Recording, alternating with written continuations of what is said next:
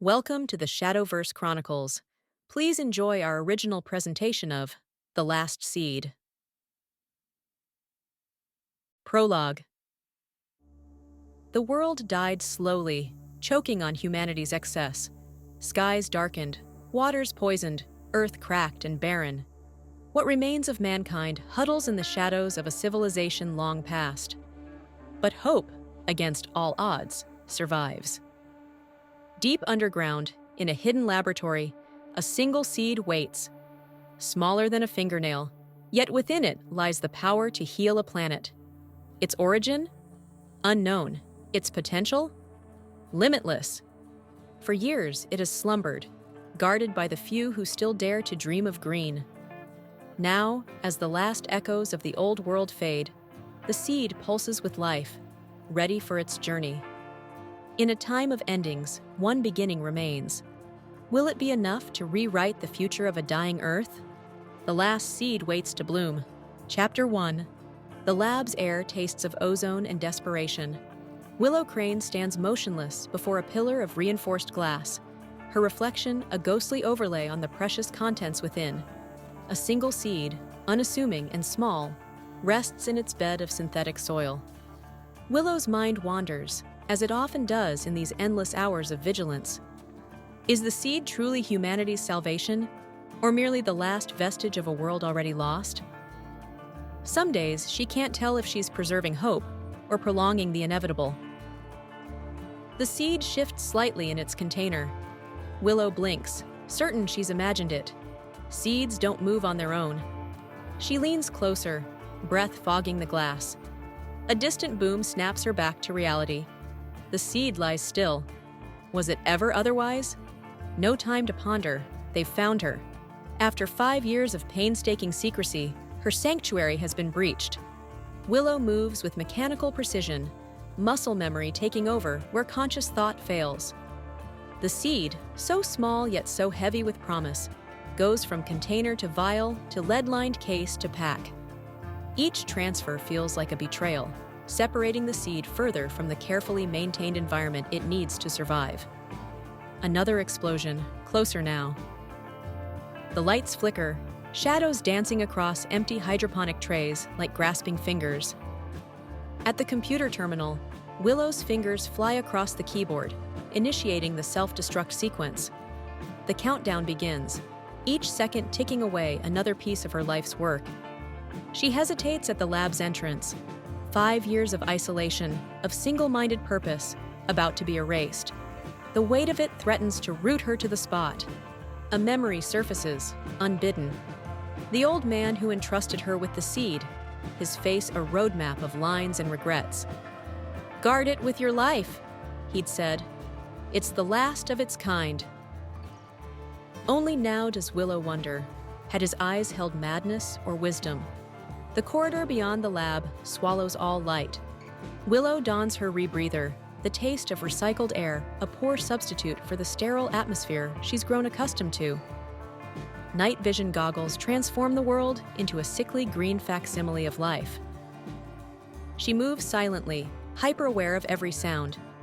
The explosions have stopped, replaced by something far more terrifying. Voices. Angry shouts echo through the ventilation shafts, distorting into inhuman growls. At a junction, Willow faces a choice.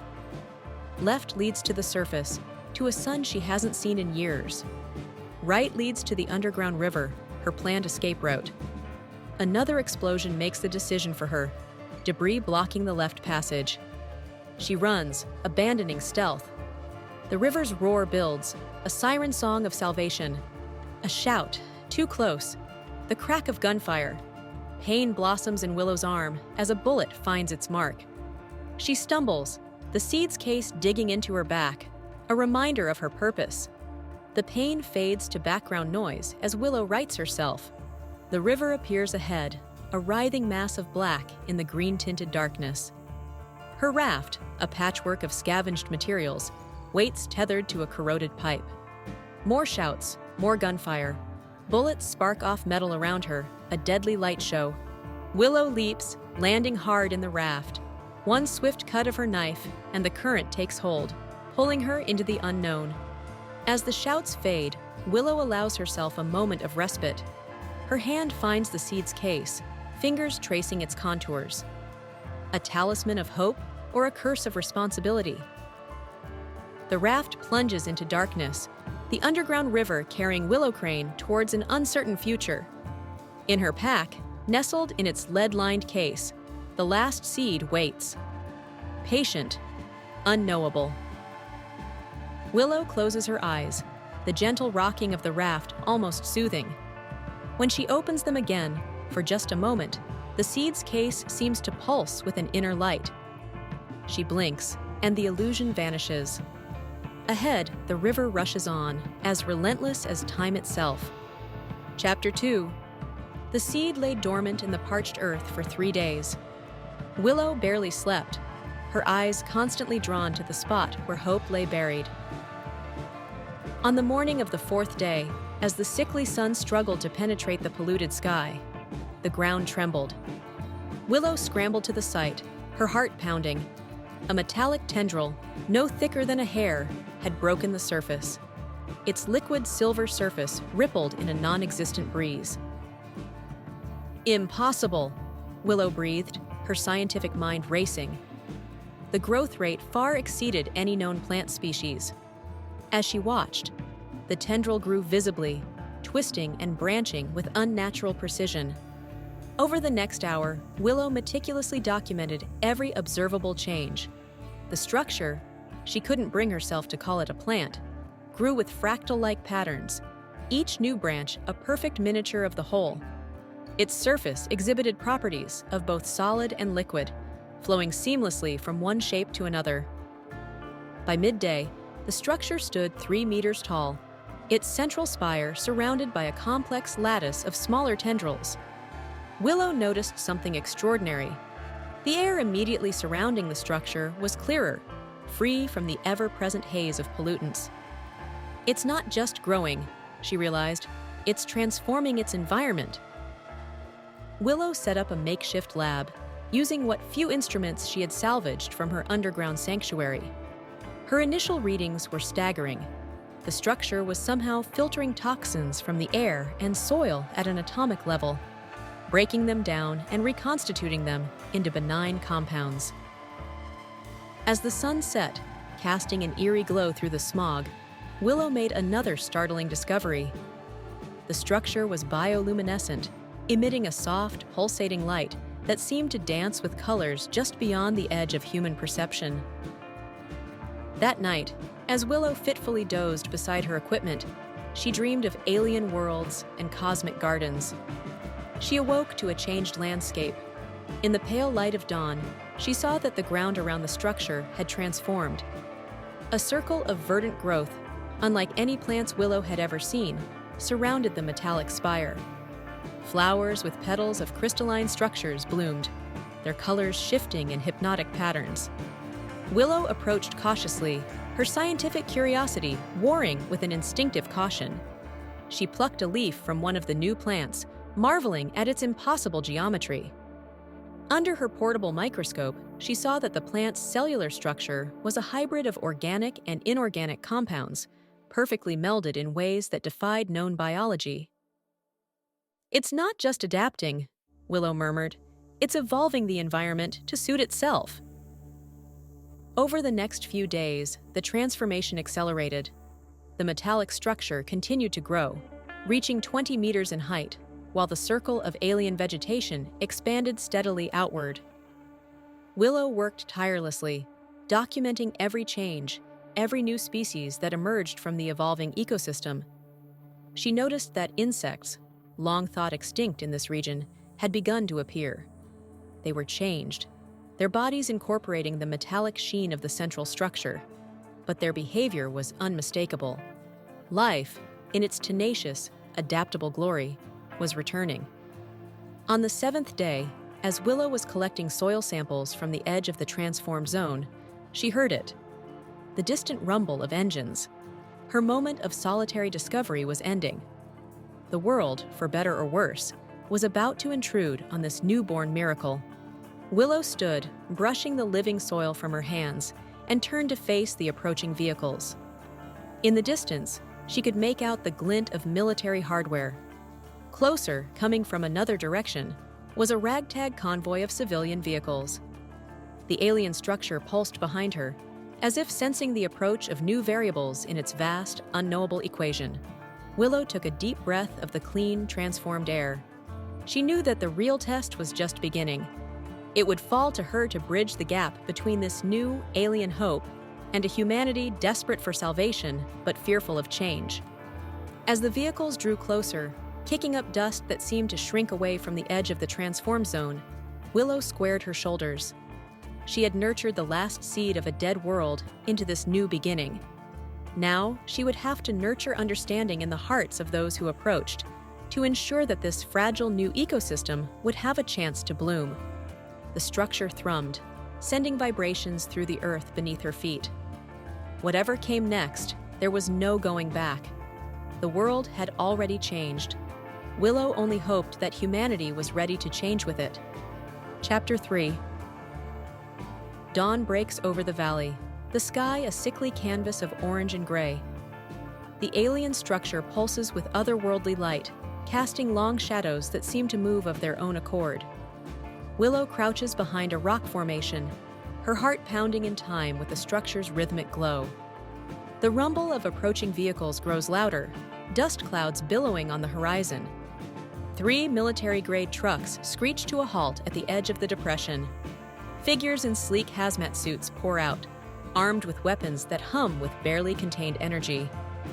Their leader steps forward, a tall woman with steel gray hair and eyes that have seen the world burn. Dr. Crane! Her voice, amplified and distorted, echoes across the wasteland. This is your only warning. Surrender yourself and deactivate that abomination. It's a threat to what's left of our world. Willow's mind races, fragments of thoughts colliding like charged particles. The structure isn't a threat. It's already showing signs of revitalizing the area. But how can she make them understand something she barely comprehends herself? Before she can decide, another group arrives. Civilians and vehicles cobbled together from the remnants of the old world. They form a protective circle around the structure, their faces a mix of fear and desperate hope. Their leader, a man with skin like cracked leather and eyes that burn with fervor, faces off against the military. "Open your eyes!" he shouts. "The air, can't you taste it? Things are growing, it's salvation!" The standoff intensifies, the air crackling with tension. The military commander barks an order, and her troops advance, weapons raised. The civilians link arms, a human chain of last resort. Willow realizes she needs to act. Now, before blood stains the newly awakening earth. She steps out from her hiding place. "Stop!" The word tears from her throat, carrying an authority that surprises even her. All eyes turn, the tableau frozen for a heartbeat. Willow approaches the structure, feeling its energy wash over her in waves that make her skin prickle and her vision blur. She places a hand on its liquid metal surface. The world explodes. Willow gasps as her consciousness expands, no longer confined to the boundaries of her skull. Understanding floods in, accompanied by a cascade of alien memories. A dying planet, its twin suns fading, a civilization making one last, desperate attempt to preserve its essence. A seed imbued with the collective knowledge and life force of an entire world, sent hurtling across the cosmos in search of fertile ground. Eons pass in the span of a heartbeat. The seed drifts, dormant, until it senses a world in need. A young planet teetering on the brink of self-destruction. Earth. Willow stumbles back, her mind reeling from the vastness of what she's experienced. The structure pulses, brighter than ever, tendrils of light reaching out like curious fingers. She turns to face the crowd, words forming on her lips that aren't entirely her own. "This isn't a weapon," she says, her voice resonating with the weight of 2 worlds. "It's a gift, a second chance not just for Earth, but for a civilization already lost to time." The structure's glow intensifies, spreading outward. Where it touches, reality shimmers and reconstructs itself.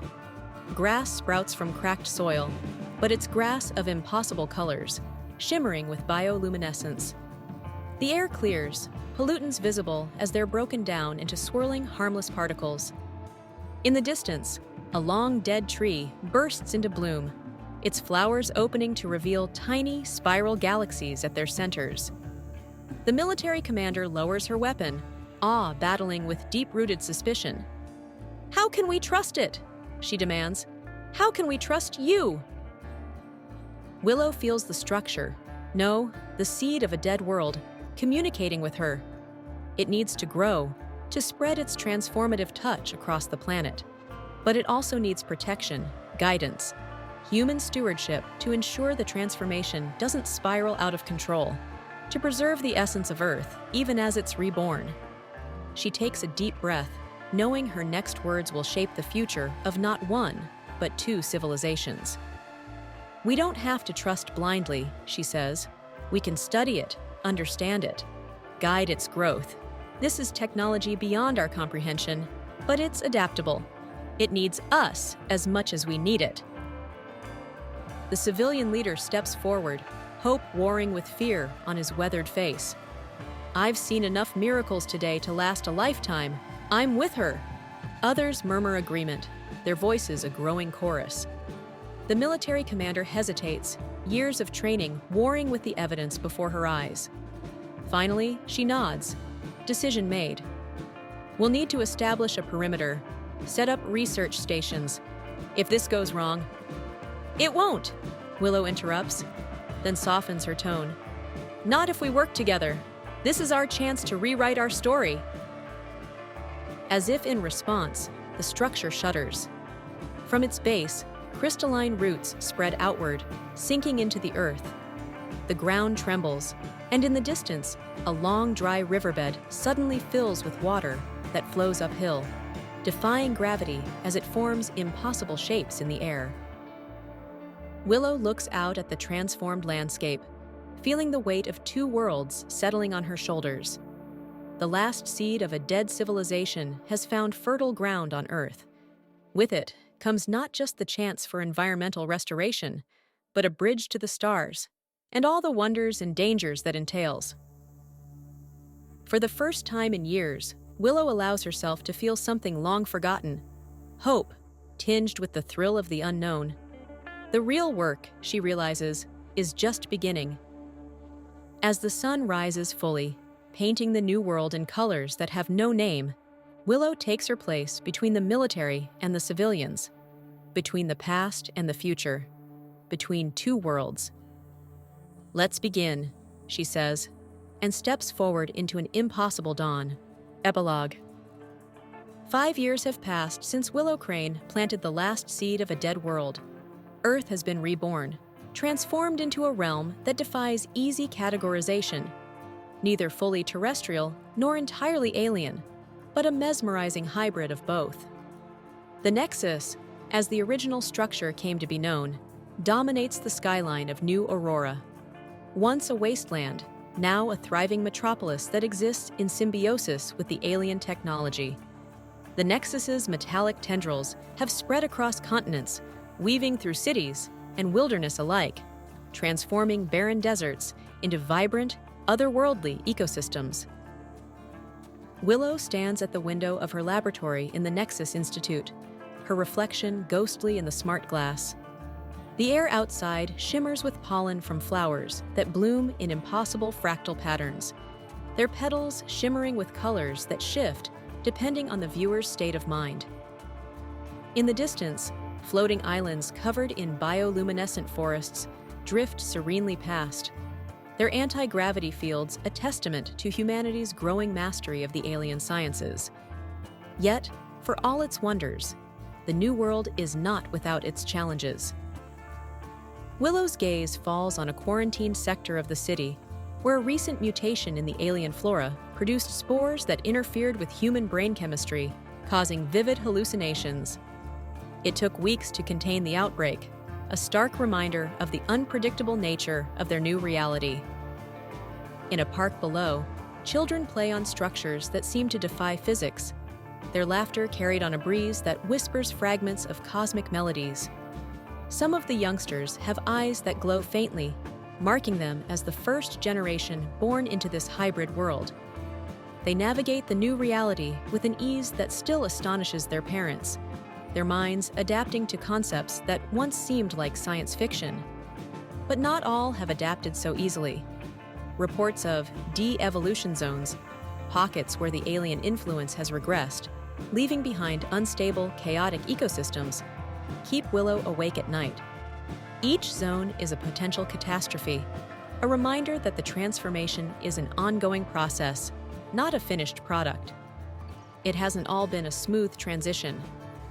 The early years were marked by fear, conflict, and near disasters. Willow remembers the day the Nexus tried to optimize Earth's gravity, causing worldwide panic. Or the emergence of the Purists, a faction dedicated to reversing the changes and reclaiming Earth. Each crisis demanded not just scientific solutions, but diplomatic ones, forcing Willow to become as much a negotiator as a researcher. The Purists remain a constant concern, their numbers bolstered by those struggling to adapt to the new world. Just last month, they attempted to sabotage a Nexus node, nearly triggering a cascade failure that could have wiped out an entire continent's worth of progress. But for every setback, there were breakthroughs that pushed the boundaries of what humanity thought possible. Diseases once thought incurable now vanish with a touch from Nexus-derived medical tech. Climate change, once Earth's greatest threat, has been reversed, though the new climate is as alien as it is benign. Willow's comm device chimes, projecting a holographic message into the air. Another breakthrough in the Nexus archives. They've decoded information about folding space-time. Humanity's first faster-than-light expedition is no longer a distant dream, but an impending reality. As she dismisses the hologram, Willow studies her reflection more closely. Her eyes, once a deep brown, now swirl with flecks of silver, a side effect of her ongoing connection to the Nexus. Lines have formed at the corners of her eyes, as much from laughter as from worry. She's no longer just Dr. Crane, the botanist, but Ambassador Crane, the bridge between humanity and the legacy of a long-dead alien race. She thinks back to that day in the wasteland, to the weight of the seed in her palm, and the desperate hope that drove her. The path from then to now has been neither straight nor easy. There are nights she wakes up, wondering if she made the right choice, if the world they're creating is truly better than the one they left behind. But as she looks out at the thriving, impossible world before her, at the children playing without fear, at the sky cleared of pollution and filled with wonders, Willow knows it was worth it. The last seed of a dead world has blossomed into a new future for Earth, a bridge between the terrestrial and the cosmic. A soft chime indicates it's time for the day's first meeting. Representatives from a dozen nations, waiting to discuss the protocols for humanity's first extrasolar expedition. Willow takes a deep breath, centering herself. The looming challenge of space exploration brings new risks. What if they encounter other seeds out there? Or worse, the civilization that created them? The greatest adventures, she realizes with a mixture of excitement and trepidation, are still to come. Humanity stands on the brink of becoming a spacefaring civilization, armed with knowledge from beyond the stars. But they carry with them the weight of a transformed Earth and the responsibility to navigate the cosmos with wisdom they're still struggling to attain. As Willow turns from the window, ready to face whatever challenges the day might bring, she allows herself a small smile. The future is unwritten, full of possibilities both wondrous and terrifying. But thanks to a single seed and the courage to plant it, that future is limitless. The last seed has grown into a cosmic tree, and its branches reach toward infinity, even as its roots grapple with the complexities of a world forever changed.